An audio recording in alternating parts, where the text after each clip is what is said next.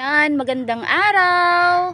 Magandang araw mga labs. Ayan, ngayon lang ulit ako nakapag-video simula nung may binalita ako sa inyo. At kasi ay naging busy na kami rito dito sa Babuyan.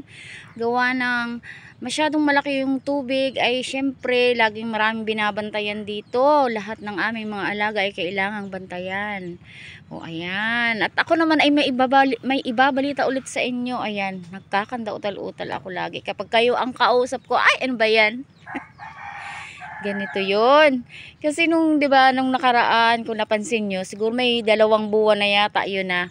Malabo ba ang aking camera? May commercial tayo. Lalakad tayo ha, ng kaunti. At silaw baga oh. Oh, silaw. Ako'y nakatayo dito sa loob ng aming bakuran. Oh.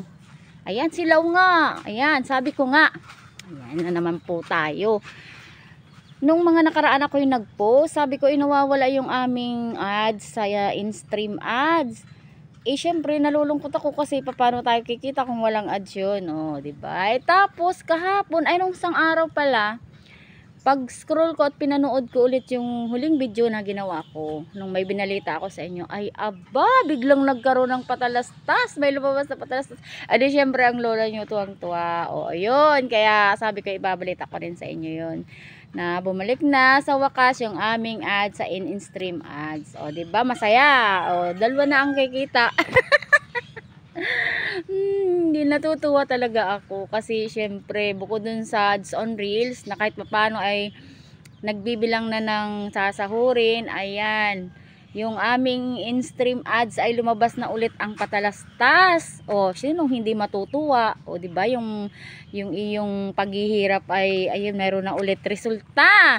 Kasi nag-aalala kami, bakit nga biglang nawala yung aming patalastas? Ay, syempre, baka may violation kami kaya binawi ni Lolo Mitch. O, di ba? O, eh yung pala naman, sadya lang sigurong ganun. Kasi may mga nakita rin naman ako sa mga post na nawala din ng bigla yung kanilang mga ads. Tapos bigla rin namang bumalik. Kaya nung may nakita akong ganun, sabi ko ay baka babalik rin naman talaga yun. Huwag na lang anuhin ba, ma-stress kung bakit nawala. Ayun nga, nung sang araw, nandun pa naman din ako sa trabaho ko, ay bigla akong nakita na may patalastas na pala ulit yung aming mga long videos. O diba, masaya dahil dadagdag na naman kahit papano yung ating pagkakakitaan. O, yun ang aking magandang balita sa inyo. At sana ay dire-diretso na ito. At sana kasi isa pa pala, eh tinulungan ako ng aking katrabaho na ayusin yung aming payout, mga labs. Oo,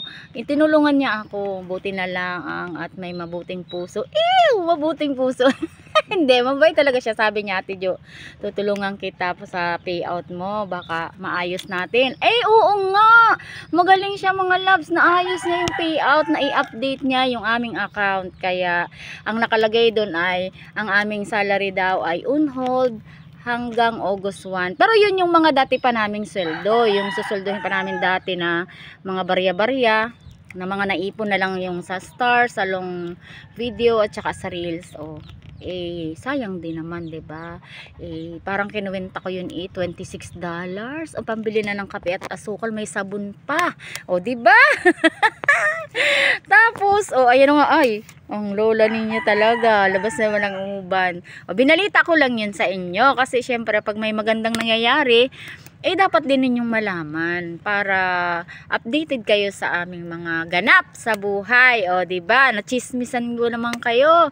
O, yun lamang mga marites.